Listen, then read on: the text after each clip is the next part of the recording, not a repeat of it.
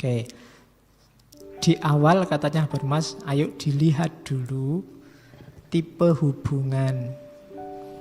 Kita ini kan manusia yang memahami sesuatu. Cuma manusia yang memahami ini kan jelas subjek.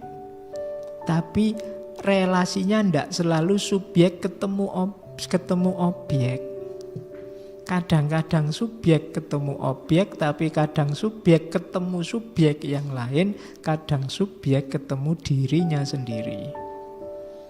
Nah, itu yang harus dibedakan katanya Habermas. Tidak bisa sama. Hubungan yang objektif, subjek-objek itu hanya bisa kalau kita ketemu realitas alam, empiris, di luar manusia. Itu subjek-objek. Saya ketemu mikrofon ini, itu subjek-objek. Saya ketemu masjid, subjek-objek. Tapi kalau saya ketemu takmir, bukan subjek-objek, tapi subjek-subjek. Subjek-subjek itu kan, loh itu kalau saya ngobrol sama takmir, bukan saya menjadikan takmir objek, karena bisa jadi bagi takmir saya yang objek. Jadi relasinya bukan subjek-objek, tapi subjek dengan subjek. Hubungan antar manusia, namanya dunia sosial. Dan pasti tidak sama kalau kita berhadapan dengan alam. Kalau berhadapan dengan alam yang eksak, itu objeknya tidak bisa berpengaruh ke sini. Kebalikannya kita yang mempengaruhi objeknya. Objeknya pasif, diapain aja mau. Misalnya teh ini. Teh ini mau saya buang di situ, mau saya minum, mau saya kasihkan kalian, itu manut, dia tidak protes. Dicoba ya, misalnya mau saya minum. Ya.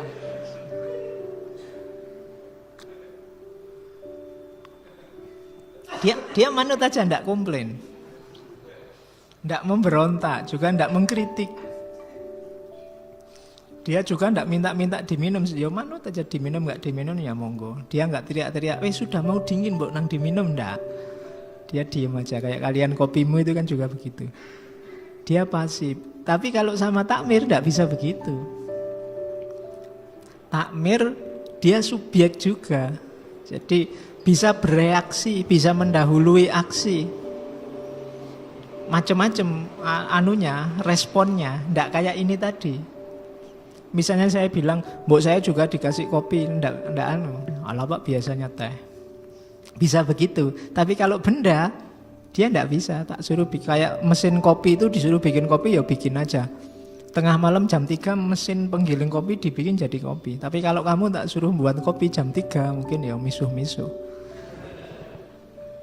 Itu bedanya subjek-objek dengan subjek-subjek. Jadi tidak bisa dipukul rata ngomong manusia itu. Ada lagi subjek dengan itself, subjek dengan dirinya sendiri. Banyak loh yang hubunganmu dengan dirimu sendiri itu apa? Membaca dirimu. Ketika saya tadi memutuskan minum, itu kan saya sedang berhubungan dengan diriku sendiri. Kok haus ya?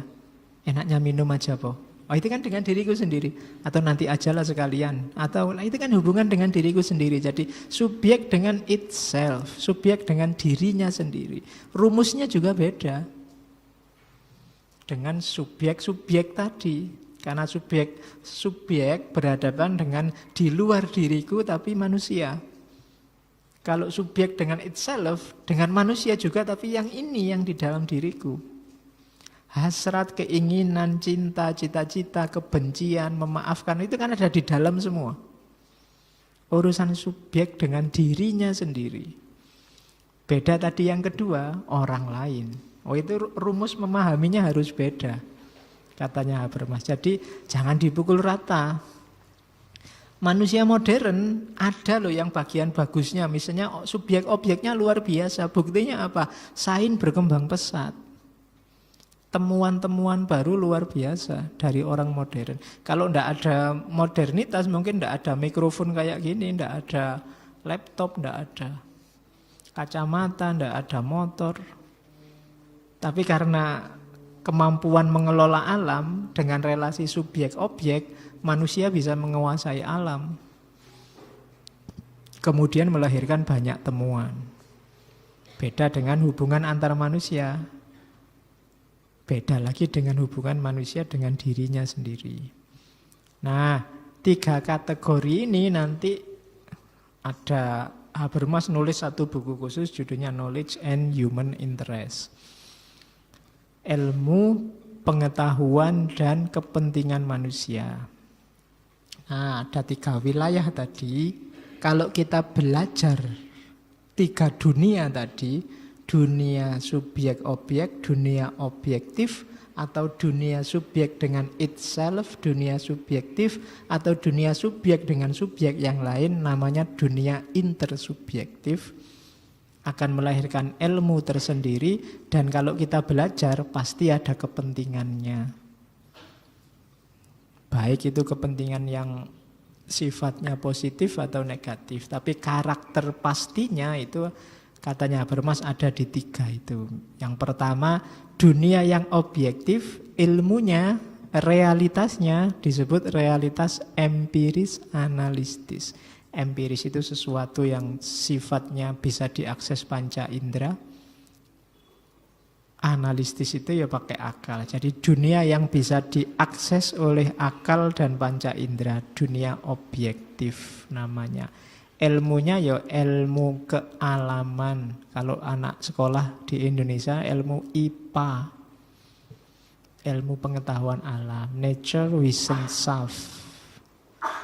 Kepentingannya apa? Belajar dunia subjek objek, kepentingan teknis. Makanya banyak berhubungan dengan ilmu teknik. Paham alam itu untuk kita manfaatkan secara teknis untuk kepentingan manusia. Namanya kepentingan teknis. Belajar teknologi hujan. Kapan ada hujan, hujan itu terbuat dari apa, dan seterusnya kan misalnya melahirkan teknis. Oh kalau gitu manusia bisa basah kena hujan, lahirlah teknologi payung. Lahirlah teknis jas hujan. Terus orang yang punya rumah bikin talang, pakai gendeng, karena kalau nggak ada gendengnya kalau hujan banjir rumahmu. Nah itu kan belajar ilmu itu untuk kepentingan teknis. Jadi ada kepentingannya. Mungkin di sini ada yang kuliahnya eksak. Pak saya ilmu murni loh Pak. Tidak ada ilmu murni itu. Ilmu itu selalu ada kepentingannya. Ilmu saja kok Pak, loh ya ada kepentingannya. Jangankan itu matematika yang 1 + 1 2 kan ada kepentingannya. Untuk menjumlah. Teknis kan itu. Jadi saya tanpa motif tidak mungkin. Jadi empiris analistis dunianya, sifatnya objektif. Kalau kita belajar itu untuk kepentingan teknis. Ada dunia yang kedua, dunia subjektif yang tadi. Manusia dengan dirinya, subjek dengan itself. Realitasnya namanya realitas historis hermeneutis. Sifatnya subjektif. Karena penghayatan individual, ranahnya pengalamanmu, penghayatan pribadimu ada di dalam. Jadi sifatnya subjektif. Misalnya laptop ini. Laptop ini ukurannya 10 inci. Ini objektif, 10 inci itu bisa diukur. Tapi kalau laptop ini terlalu kecil, saya tiap kali harus pakai kacamata, itu subjektif. Karena bagi kalian yang matanya masih sehat, tidak butuh kacamata, ini sudah pas ini Pak, ukuran sekian. Kalau terlalu besar saya malah tidak suka. Itu kan subjektif. Setiap kepala beda-beda. Itu penghayatannya dalam dirimu yang di dalam. Ada dunia yang kalau belajar ilmu subjektif ini untuk kepentingan apa? Untuk kepentingan intersubjektif. Intersubjektif itu saling memahami. Saya kalau laptopnya kecil, membacanya susah. Terus kamu, saya juga gitu ya Pak. Saya masih muda tapi juga enggak terlalu jelas kalau lihat itu. Saya cuma jelasnya kalau lihat uang aja, Pak. Kalau baca ini tidak terlalu jelas. Saya juga gitu sama. Itu kan intersubjektivitas namanya. Jadi dari situ saya bisa memahamimu. Saya pernah patah hati. Terus lihat kamu, saya juga pernah patah hati. Mesti kamu rasanya kayak yang saya rasakan dulu. Nah, itu intersubjektif. Pemahaman individu setiap orang kita pelajari gunanya apa? Biar kita bisa memahami orang lain. Dan kita terus saling memahami. Kan itu namanya intersubjektivitas. Nah, intersubjektivitas inilah nanti yang membentuk dunia namanya dunia sosial. Dunia hidup bersama orang lain. Di situ ada dunia ketiga, dalam istilahnya Habermas, dunia sosial kritis. Sifat ilmunya intersubjektif. Ya kalau di anak sekolah mungkin ilmu IPS lah ya. Kalau yang subjektif tadi mungkin termasuk ilmu humaniora. Nah, dunia intersubjektif ini kita belajari juga kan, kita juga belajar sosiologi, belajar dunia sosial. Termasuk antropologi, kehidupan bersama. Kenapa kita belajar itu? Untuk emansipasi. Emansipasi itu apa? Biar kita naik kelas. Apa benar sih cara hidup bersama kita selama ini yang begini ini? Itu kan emansipasi. Kok kita selama ini agak keras ya, agak kaku ya terhadap yang beda pandangan sama kita. Begitu po, iya buktinya ini. Itu kan belajar dunia sosial. Gunanya apa kita belajar ini? Biar kita bisa emansipasi. Oh iya ya, kita revisi aja deh, jangan gitu lagi. Atau kalau bagus, kita pertahankan lah. Itu kan dalam rangka masyarakat biar semakin baik, semakin baik. Itu namanya untuk kepentingan emansipatif.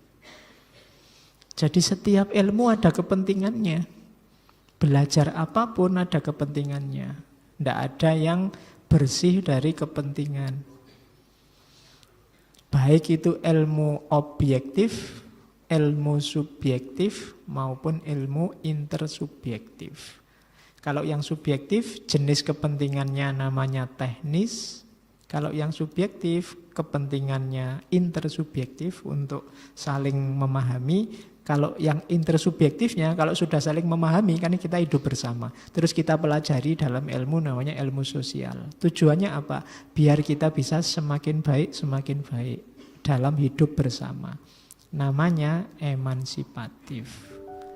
Nah itu knowledge and human interest. Pengetahuan apapun ada kepentingannya.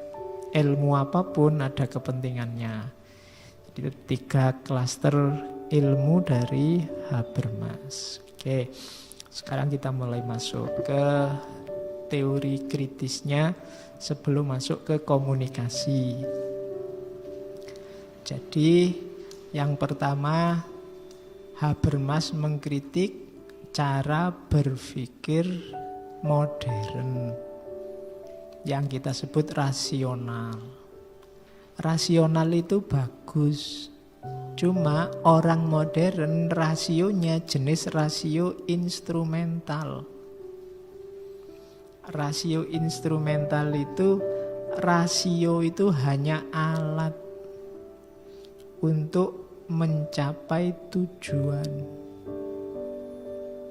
Jadi rasio itu hanya senjata kita untuk mewujudkan keinginan kita. Rasio instrumental. Instrumentalia itu kan alat. Kalau musik instrumentalia itu kan isinya hanya alat-alatnya yang dibunyikan, nggak ada suaranya. Kalau ada suaranya nggak bisa disebut, ada suara vokalnya itu kan biasanya nggak disebut instrumentalia. Jadi kayak musik karaoke itu kan biasanya disebut instrumen saja. Hanya alat, karena tujuannya bukan instrumennya kan. Tujuannya kan bunyinya lagunya. Jadi rasio instrumental itu akal kita ini kita pakai hanya untuk mewujudkan keinginan kita. Kita pingin apa, terus dasarnya pakai rasio, pakai akal. Akalnya hanya alat. rasio instrumental ini ya hidup kita memang bisa begitu. Cuma tidak semuanya bisa memanfaatkan akal dengan cara ini. Ini pas cocok hanya untuk dunia objektif tadi. Yang kepentingan teknis itu cocok kalau pakai rasio instrumental. Tapi untuk dua dunia yang lain tidak bisa.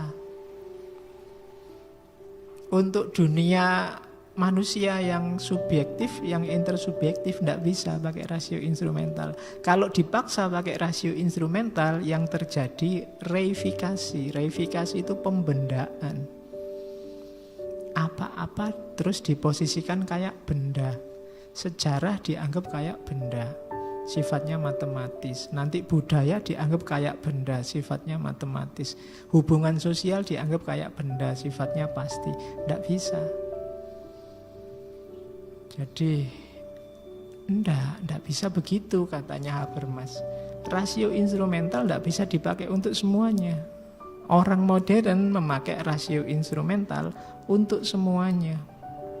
Ya di situ ada ilustrasi, misalnya kita nebang pohon untuk bikin jembatan atau untuk bikin perahu.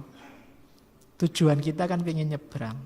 Itu pakai rasio instrumental cocok karena kita berhadapan dengan pohon. Pohon yang kita tebang terus dibikin perahu atau dibikin jembatan. Pohonnya tidak akan komplain. Manut saja sama kepentingan kita.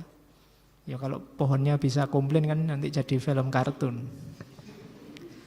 Ya dia manut aja mau dijadikan perahu kayak dia kan tidak akan usul, mbok saya jangan dijadikan jembatan biar nggak diinjek-injek kan tidak begitu dia. Ya manut aja wong dia pasif. Ini pakai rasio instrumental nggak masalah. Tapi kalau berhadapan dengan manusia dengan gaya ini tidak akan nyambung. Yang terjadi nanti penjajahan, dominasi. Jadi berhadapan dengan manusia tidak bisa pakai rasio instrumental. Jadi jangan dipakai untuk segala dunia, hanya untuk dunia benda saja, dunia yang objektif. Kita menggunakan rasio instrumental. Nah, yang disarankan oleh Habermas jangan rasio instrumental. Kalau berhubungan dengan manusia itu namanya rasio komunikatif. Jadi ini yang sering kita lupakan. Jadi tadi dibilang ya, setiap orang dalam hal apapun, pengetahuan jenis apapun ada kepentingannya. Ketika kita berhadapan dengan orang lain berarti apa? Ya berkomunikasilah. Biar tidak tabrakan antar kepentingan. Saya pingin apa, kamu pingin apa. Itu kalau modelnya rasio instrumental, kamu memperalat saya memperalatmu hasilnya. Kamu jadi alat saya. Karena kalau nggak ada, mungkin kamu jadi alat saya untuk biar saya semakin terkenal, biar saya semakin itu. Kamu juga jadikan saya alat untuk kepentinganmu belajar filsafat. Ini kan rasio instrumental, padahal kita manusia sama manusia. Katanya Habermas, manusia sama manusia jangan instrumental, tapi komunikatif, komunikasi. Pak, saya butuhnya ini loh Pak. Oh iya, saya juga butuhnya ini. Kita sambung aja, Pak saya pengen belajar Pak. Oh iya saya pengen ngajar, kuatel saya pengen ngajar misalnya. Loh itu kan komunikasi namanya, Bapak pengen ngajar, saya pengen belajar, nyambung itu komunikasi. Tapi kalau instrumental, karena saya pengen ngajar, kamu duduk di situ ya, saya ajar. Biar kepentingan saya mengajar beres. Nah itu rasio instrumental. Tidak dua arah tapi satu arah. Subjek objek. Kamu saya jadikan objek untuk kepentinganku, itu rasio instrumental. Tapi rasio komunikasi itu, kamu pingin apa, terus kamu ucapkan, saya pingin apa, saya ucapkan, terus kita bikin kesepakatan bersama. Itu namanya komunikasi. Misalnya kamu punya teman satu kamar, itu kalau rasio instrumental ya gimana caranya temenmu yang di kamar ini kamu manfaatkan untuk kepentinganmu. Temenmu juga pengen mengobjekkanmu untuk kepentingannya. Mesti kacau hidupnya. Karena kamu tidak kerasan mesti di kamar itu. Yang enak apa? Komunikasi wong sesama manusia. Mungkin yang ini kalau tidur ngorok, yang ini ndak. Kan tinggal diatur. Yo, kamu yang ngorok tidurnya belakangan ya, saya tak tidur duluan. Karena kalau yang ngorok tidurnya awal, saya ndak bisa tidur. Terus yang ngorok bilang, ya ndak apa-apa, cuma nanti kamu tidur duluan, saya tidur belakangan. Begitu saya tidur, kamu bangun jangan salahkan saya. Ya wis ndak apa-apa, yang penting saya sempat tidur. Itu kan namanya komunikasi.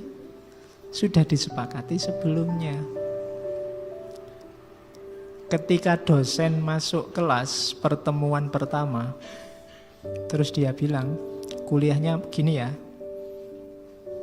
sudah ikut saja ini, itu rasio instrumental. Kalau rasio komunikasi, saya usul kuliahnya begini, kalian ada permintaan apa? Minta A, B, C, D. Oh usulmu jelek, bagus saya. Doa ya. Jadi itu komunikasi namanya. Katanya Habermas, ya manusia sama manusia ketika berinteraksi jangan saling mengobjekkan, tapi mengkomunikasikan kepentingan. Jadi dari situ nanti lahir teorinya yang terkenal, Theory of Communicative Action. Teori tindakan komunikatif. Kalau didefinisi di bukunya, tindakan komunikasi itu apa? Interaksi minimal dari dua orang untuk menghasilkan mutual understanding tentang satu kondisi tertentu. Mutual understanding itu hasilnya adalah rencana dan koordinasi apa yang harus dilakukan bersama. Itu namanya communicative action. Jadi apalagi orang sebanyak ini, hanya 2 orang saja sudah bisa melakukan communicative action. Kalau 1 orang tidak bisa. Loh Pak, saya bisa komunikasi dengan saya sendiri ya. Itu namanya subjek dengan itself tadi.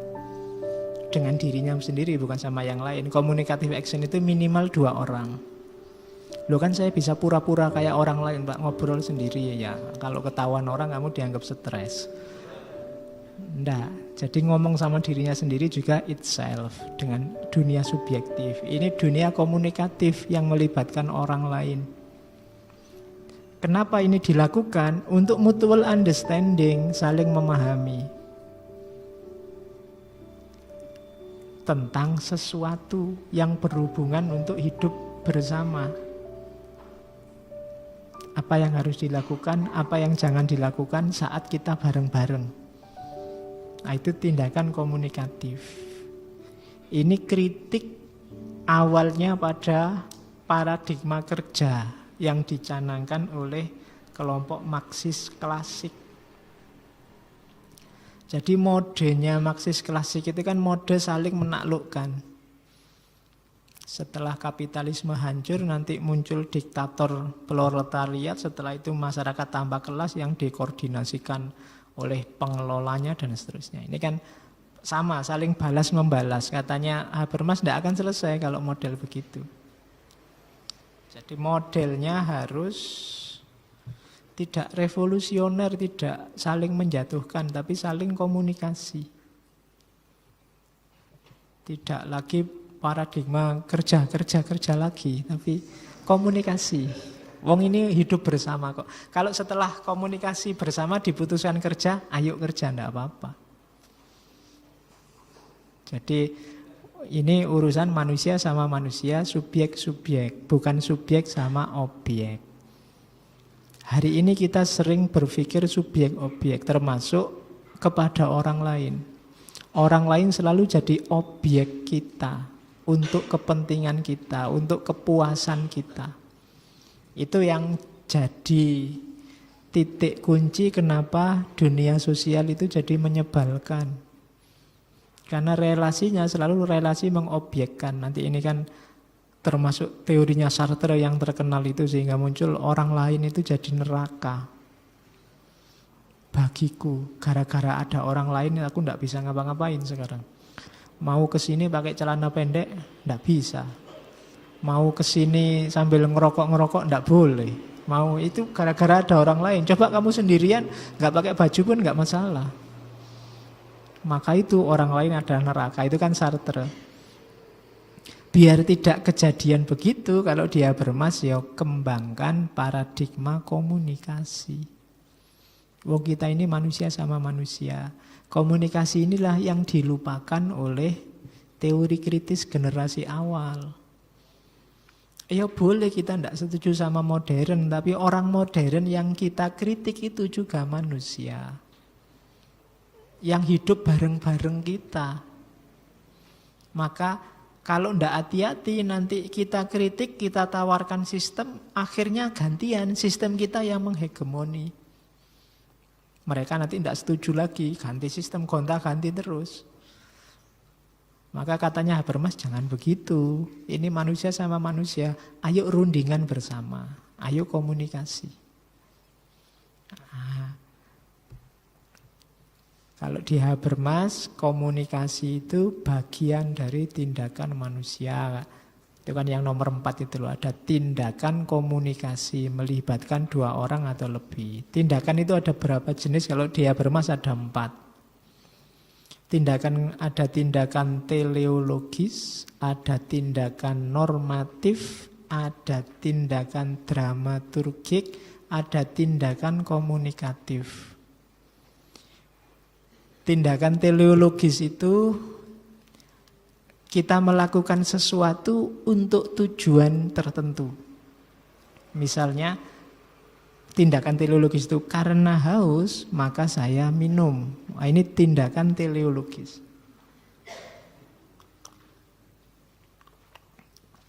Minum ini bisa jadi tindakan normatif, tidak ada tujuannya. Misalnya, karena saya diperintah oleh dokter harus minum setiap sekian menit sekali, maka saya minum. Ini normatif. Dasarnya norma, aturan, bukan karena tujuan. Kalian, Pak, saya mau sholat biar masuk surga. Itu teleologis. Saya mau sholat karena ada perintahnya dalam Al-Quran. Itu normatif. Dasarnya norma. Ada lagi tindakan dramaturgik.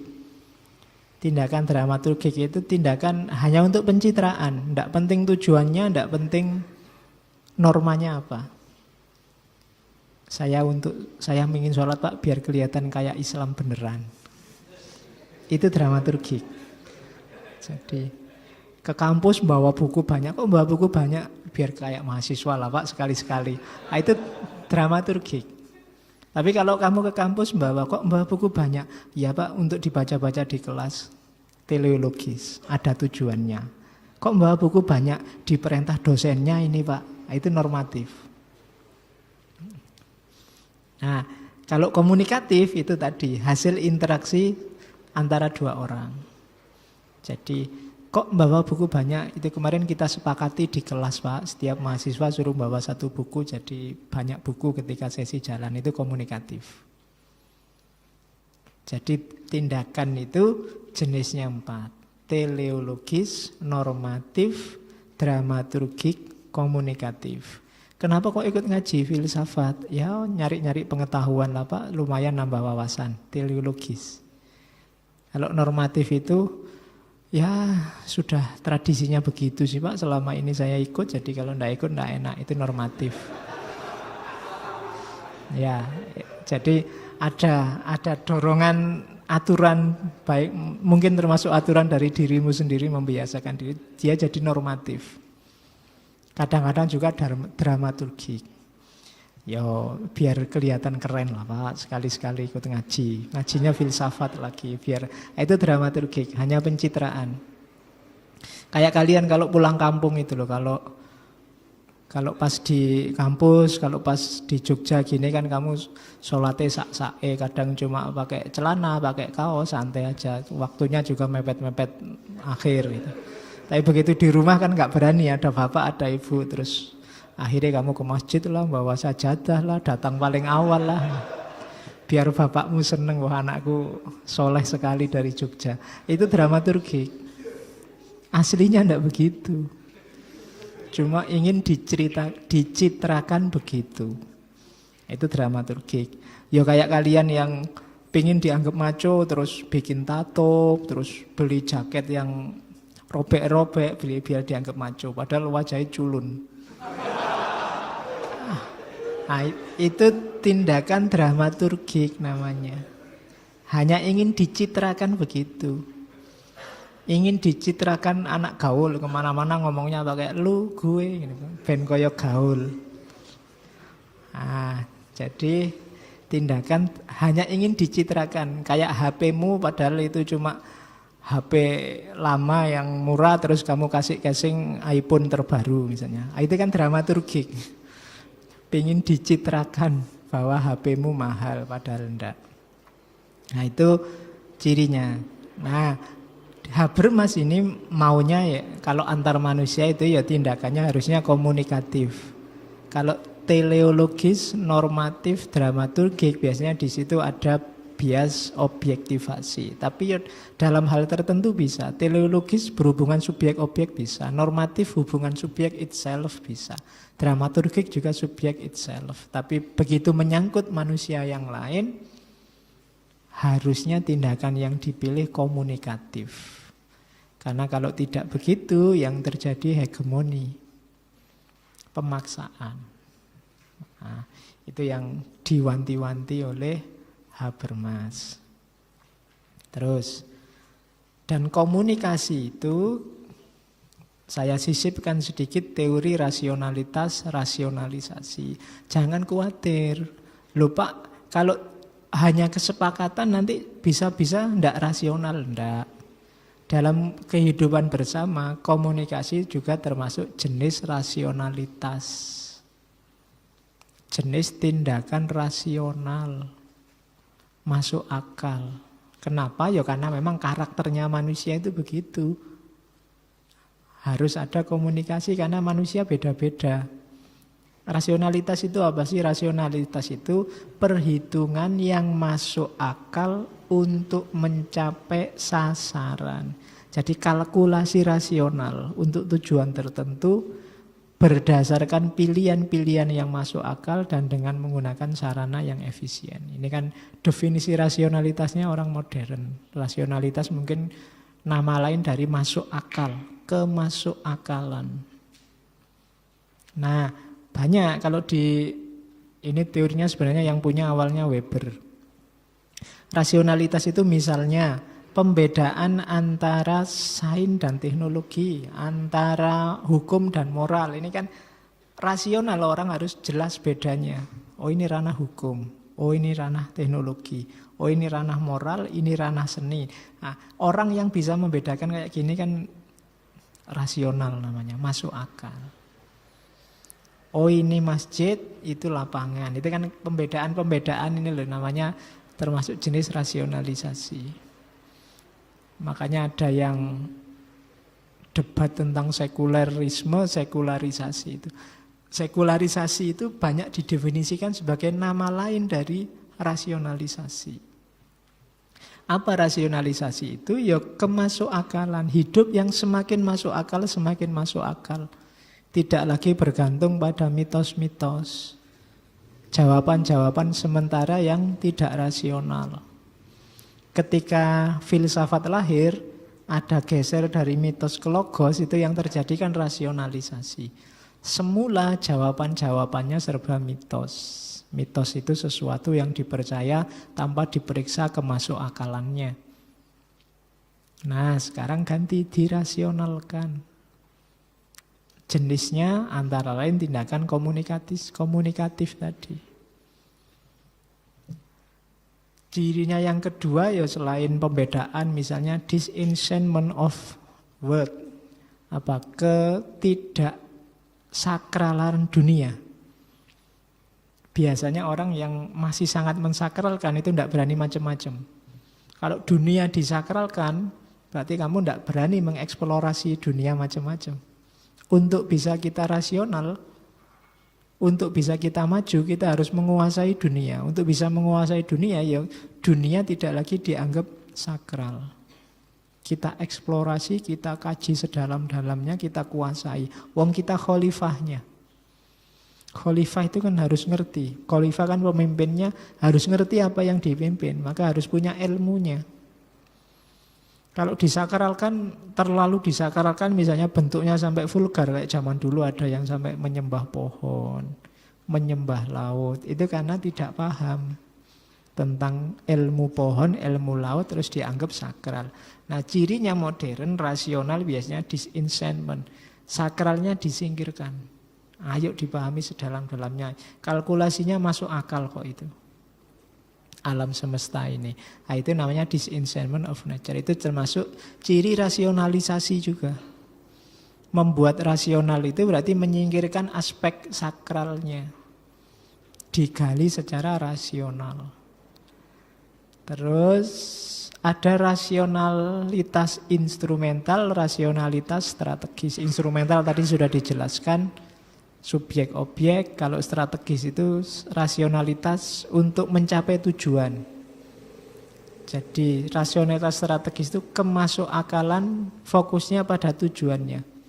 Kalau ingin IP-nya tinggi, ya kamu harus rajin belajar. Setelah itu setiap 1 bulan sekali kamu ulangi lagi semua mata kuliah yang diajarkan. Kemudian setiap mau ujian, kamu belajar bersama temanmu, terus ngopi materinya. Nah, materi yang kamu copy tadi kalau mau ujian, kamu sembunyikan terus dicontek. Kamu nilainya tinggi. Itu rasionalitas strategis namanya. Targetnya, sasarannya. Kalau rasio instrumental itu ngomong prosesnya. Nanti ada beda lagi, strategis sama komunikatif.